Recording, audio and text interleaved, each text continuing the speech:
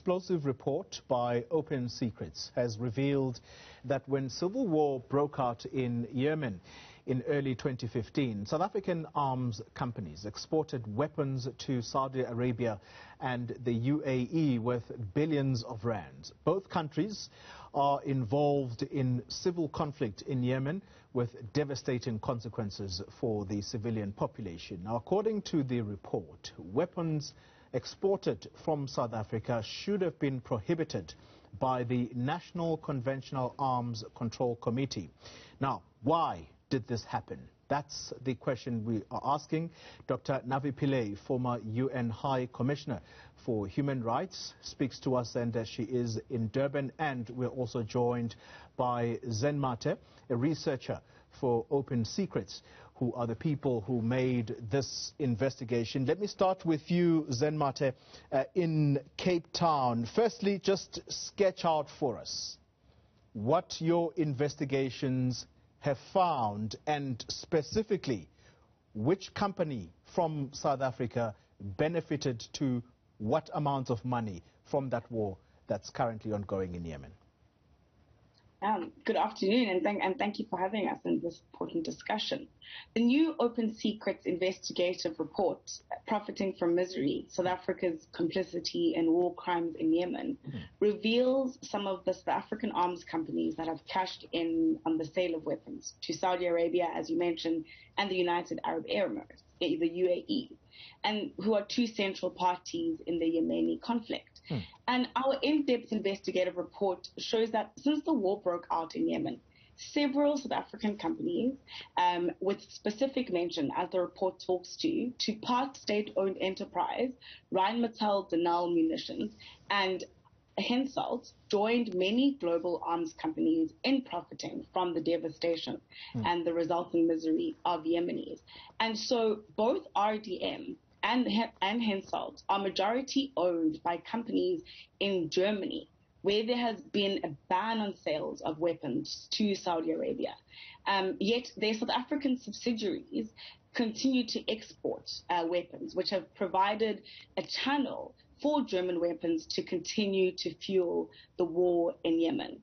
And so in this report, we really speak to the fact that Saudi Arabia and the UAE and their proxies have used weaponry sourced from arms companies around the world, including RDM and Hensoldt in South Africa. And their greedy, limitless demand for these weapons has in fact been a boon for the South African arms industry. You know, Saudi Arabia and the UAE, as we show in the report, have become the most important clients for South African arms companies since 2014, which is the year that the civil war broke out in Yemen. And so the investigation shows that South Africa has exported more than 11 billion rands worth of arms to these two states since 2010. Sure. Zen, quickly, before I go to Dr. Pillay, without really going into too much detail, when you speak about RDM, I just want to use the full word so that viewers understand the links here. Rheinmetall, I hope I'm pronouncing it correctly, Rheinmetall Denel Munitions. That's what RDM stands for. Now, Denel, which is the word in between, that's a South African arms manufacturer. But Rheinmetall is a company that is based in Germany. Explain the link between these two companies. Absolutely, and an important question. Rheinmetall, as you've mentioned it and pronounced it correctly, is the parent company of Rheinmetall Denel Munitions, and it is based in Germany. It is a huge global arms company that has a long history, which we draw out in the report. And this is a 51% stakeholder in Rheinmetall Denel Munitions. And Denel is our state-owned enterprises arms company in this country, and it is the 49% minority holder of Rheinmetall Denel Munitions. And so this company was produced through a joint venture between Rheinmetall in Germany and Denel in South Africa, with Rheinmetall being the majority stakeholder of this company. All right. Dr. Pillay, let's bring you into the conversation. What is South Africa's guiding principle, from what you know, when it comes to foreign policy? Firstly, thank you for inviting me, Channel 4/5 Newsroom, for focusing on this very important report prepared by Open Secrets. You know, I was in the UN, and my office, the Human Rights Office, still continues to investigate the situation. And they came up with the facts and figures connecting our South African SOE to the conflict in Yemen and the killings and destruction of property and so on. So our rules are, firstly, let me say at the international end, because your international obligations that South Africa has undertaken are crucial. They have to implement it. So first, there's the Arms Treaty. And would you believe, Solly, I was there and I felt so proud because South Africa and developing countries pushed for this safeguard that every arms supplying country must check that the arms are not used against civilians and abusing human rights. They pushed for that, and in fact, who opposed it? Big arms manufacturing countries such as Germany, Norway, the United States. So it was a big victory for developing countries and for South Africa. So that's the international obligation that South Africa pushed for, which they should be observing here. Then we have our national law, this national NCACC that was set up, the National Conventional Arms Control Committee, that consists of ministers and deputy ministers. This came about after the Mandela government, you know, ashamed about the arms corps exports in April 1994 to Rwanda, Iraq, and so on, set up this commission, and the recommendation was that this committee must ensure that all arms sales are compliant with the constitutional values, which means that the sale of weapons must conform with the constitutional values of protecting human rights. They must be transparent with what they're doing, and they must be accountable to the people. Very important criteria that they set themselves. So apart from the international obligations, this is the national obligation. So let me quote from the report: the NCACA may not permit the export of weapons where those weapons will contribute to human rights violations or worsen the conflict. It must take into account all publicly available information when making these decisions. Now, there is a human rights report, a UN report connecting Rheinmetall-Denel's manufacture of weapons to a direct attack on civilians, and Zen will tell us more about this. This was the 2016 attack on the port city of Hodeida, which occurred in the same year as former President Zuma and the Saudi Prince Mohammed bin Salim together opened this factory in a city in Saudi Arabia. That's a factory composed of our Rheinmetall-Denel munition and some other concerns from Italy and so on. And the UN links fragments made by that factory to the shrapnel found in these attacks. So it's very important that Zen made a connection to the violation. So I am still in conversation with Dr. Navi Pillay, a former UN High Commissioner for Human Rights, and Zen Mate, a researcher for Open Secrets, who are still with me. Let me come back to you now, Zen Mate. Just earlier, I was in conversation with the ANC head of economic policy, and I opportunistically asked him about this issue of a South African state-owned entity being involved in this kind of war that is taking place in Yemen. And he said to me, look, if that were the case, if Denel indeed did benefit from this war that is going on in Yemen, why would they be in such a poor state? Basically inferring that there could be doubt that this company indeed benefited. From what you know,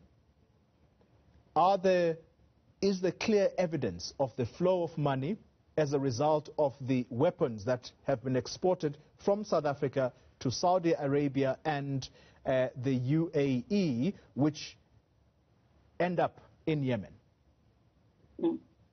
I mean, important question. I think I would direct viewers and ministers to the report, because in the report we show that Rheinmetall Munitions and other South African companies have regularly supplied weapons to both Saudi Arabia and the UAE, with weapons before and since the civil war started in Yemen being sent. You know, we map out the evidence, and this is confirmed by National Conventional Arms Control Committee reports, which we draw on heavily to map up the evidence of what we are putting forward as a claim. And as well as the company's own statements on these countries being an important and lucrative market. Yeah. And RDM have Rheinmetall Munitions, to clarify for viewers, have even set up, as Dr. Navi Pillay had mentioned, munitions factories in Saudi Arabia that produced amongst other things, weapons and mortar munitions. And we have evidence of that as well having taken place. And so, you know, the evidence of these countries' Commission of Human Rights Abuses in Yemen, discussed at length and put together with the evidence we draw on from partner organizations working on this work and the NCACC's annual reports themselves, we feel provide sufficient evidence to show that weapons exports from South Africa have made their way to Saudi Arabia and the UAE. All right. And just very quickly for me, Zen, before I go to Dr. Pillay, explain to us the disturbing link that I picked up in that report from Rheinmetall with Nazi Germany. What is that link between this company that manufactures weapons in Germany to the period of Nazi Germany? Absolutely. While we were digging into Rheinmetall Munitions, one of the, as I mentioned earlier, we draw out the history of Rheinmetall as a company to show that it is in the nature, in the fabric of the company to continue as an arms company to be supplying weapons for war crimes. And back in the World War, Rheinmetall was pivotal. It was actually named one of second in Hitler's top weapons providers in the Second World War. And we mapped that history out extensively in the report. And not only that, not only does Rheinmetall have Nazi links with connections to Hitler and the like, it also has a history in providing weapons to apartheid South Africa.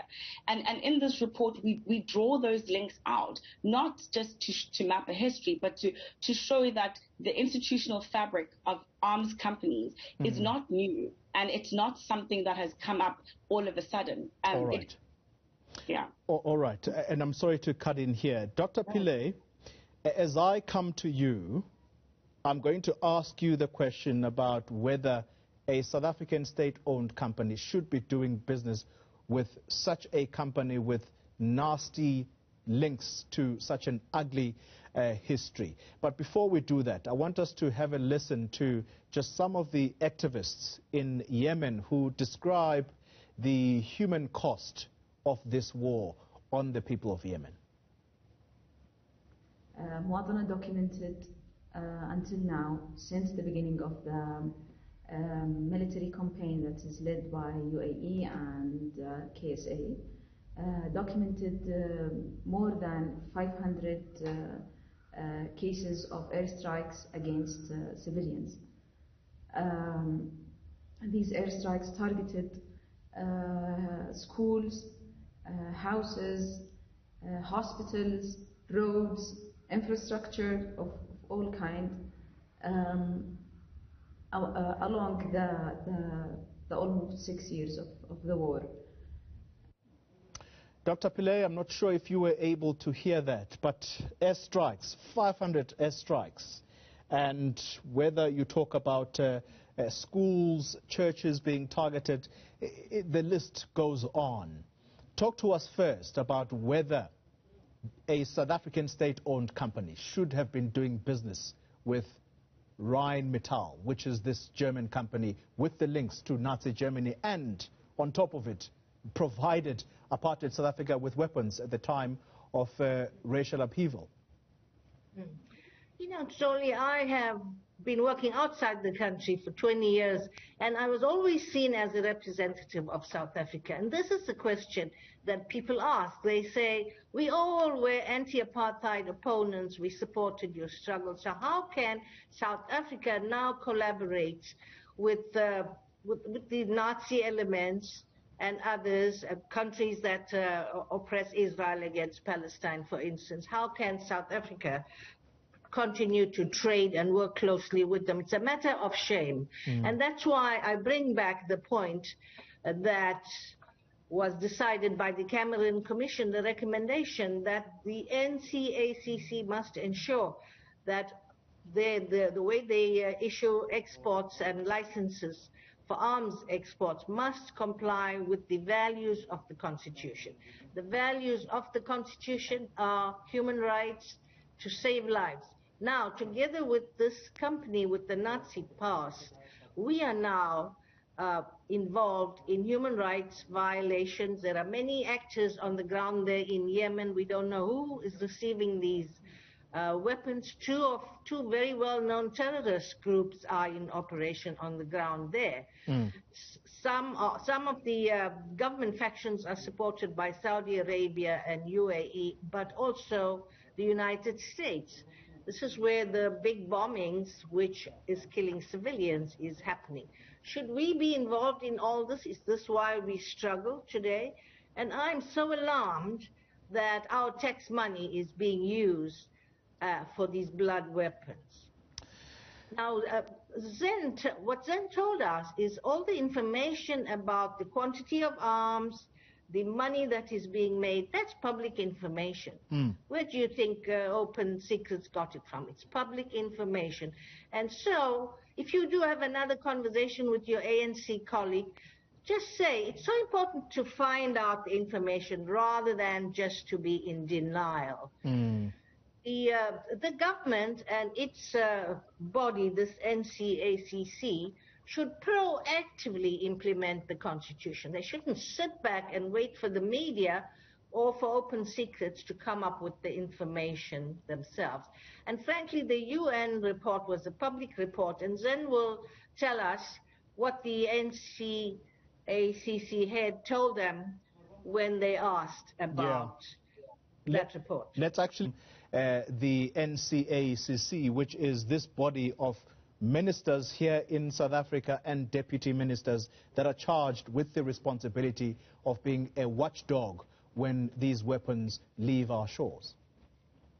Yeah, no, absolutely. The response of the NCACC has shown that the NCACC has been supine and spineless in their role of being a watchdog. And the report discusses that the NCACC has done little to nothing, and unabashedly so, to stop the weapons from leaving South Africa to going to countries such as Saudi Arabia and UAE, and ending up in Yemen and being involved in Yemen civil rights, human rights violations. The NCACC is South Africa's regulator of the weapons trade. It is legally required to prevent the export of weapons that will contribute to human rights violations and to worsen the conflict. And despite the over 20 questions we sent them and the glaring evidence pointed to the NCACC, it has failed to help the supply of these weapons. And in our investigation, we show their complete failure to do this and to consider the rights of people affected by the sale of these weapons. And what we draw on from the response of the NCACC and coupled with this evidence, in the report, we show that such willful ignorance also suggests a failure by cabinet members who form part of the NCACC to consider their legal obligation to recognize human rights. All right. And so, yeah. As I conclude, Dr. Pillay, I come to you, and when I opened this show, right at the beginning of 3 o'clock, I made mention of a speech that was made by President Ramaphosa to the African Union about silencing the guns by the year 2020, which deadline was missed, by the way. While the President advocates for such and is happy for him, or should I say is happy for his government to be providing weapons in countries which weapons will have devastating consequences for civilians there, what should be done, therefore, Dr. Pillay, from this point on about such a report and clearly the evidence that is just so compelling? Surely, Germany has a law prohibiting Rheinmetall from selling arms to Saudi Arabia and UAE for precisely this reason, that it would be used against civilians in Yemen. We must have a law like that. So rhetoric must be followed by action. Secondly, this NCACC is supposed to act as a watchdog. They should do their work. Now there's this very important report. They should immediately suspend the sale of arms to Saudi Arabia and UAE that is going to Yemen, and close that factory where we are manufacturing. Actually, we're not manufacturing, we're assembling parts that were manufactured in Germany by Rheinmetall. So we have to wonder, is Rheinmetall bypassing German law and using us? So we are complicit in breaking German law as well as international law on this. So immediate attention to these complaints. They ignored the UN reports on this. I think they told Zen and a colleague, the NCACC told that Zen and the colleague that DERCO, Foreign Affairs, didn't tell them about this. Yes, you shouldn't be waiting for someone to tell you. You have to investigate it. And while you're investigating, suspend those arms sales. Of course, I understand there probably is a lot of pressure from arms companies who are after greed and profit. They don't care whether the weapons are being used to kill ordinary people and damage their infrastructure. Right now, the person you had, the NGO person in Yemen, told us they don't even have water. Because the infrastructure is broken. They don't have roads, so they can't even leave their home and go to the next store or whatever. The High Commissioner who followed me, his report said the situation is dire. So in the name of ending the suffering of the victims of Yemen, I think the South African government should act fast, and I particularly would appreciate the leadership of President Ramaphosa to follow up his rhetoric with immediate action on this matter. Dr. Navi Pillay, thank you very much for your time.